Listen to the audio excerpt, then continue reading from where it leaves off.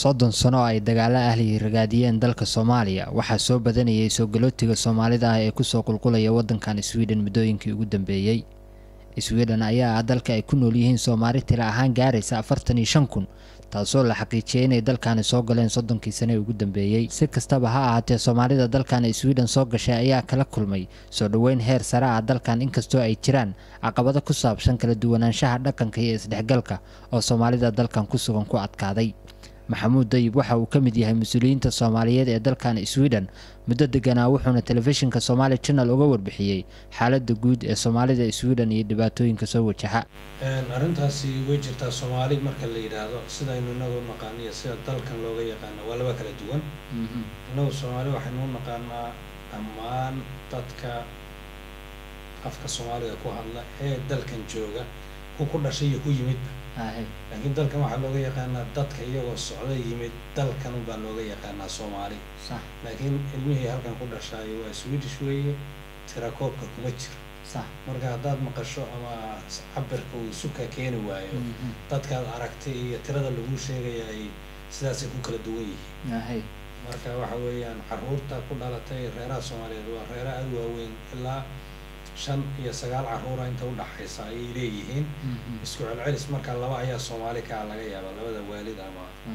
أنت كلا واحد يتسيين ده لا نوح الله هي واحد سوا الله وضع نقنا هذا كل الدول مجتمع الصومالي ومجتمع فهمتي نقاق بدن سلما كان قرنتي سياد بدن تاعي مجتمع السويدن هو مجتمع سيستم ككحران ووحى عصب هذه يجير عاد وغفير صدوي المركز سد بير لو حبل لو بدلو صح وحى شقيه هيدو institutional loogu talagalay inay hawlaha dadka u fuliyaan marka dadka Soomaaliyeed oo u baranin taas iyo samirka faraha badan iyo dadkan oo dad aad iyo aad u samir badan oo wax walba u sameeyay hay'ad qaabilsan ayay isu keenay ilaahay labada dhaqan insha Allah waxaana hadda ku guda jiraa sidii la isu fahansiin lahaay dadka Soomaaliyeed u noqon lahaayeen dadka Sweden yani ugu badan ee wax ka noqda hadii ilaahay mustaqbal. sidoo kale Maxamed Cabdullaahi oo ku magac dheer Cawil Adeer ayaa ku dhaliilay Soomaalida Sweden isku xirnaansho la'aanta iyo iska warqab la'aanta dhexdooda ah. taas haddaan warkaas iyo wadankan dadka Soomaalida ku nool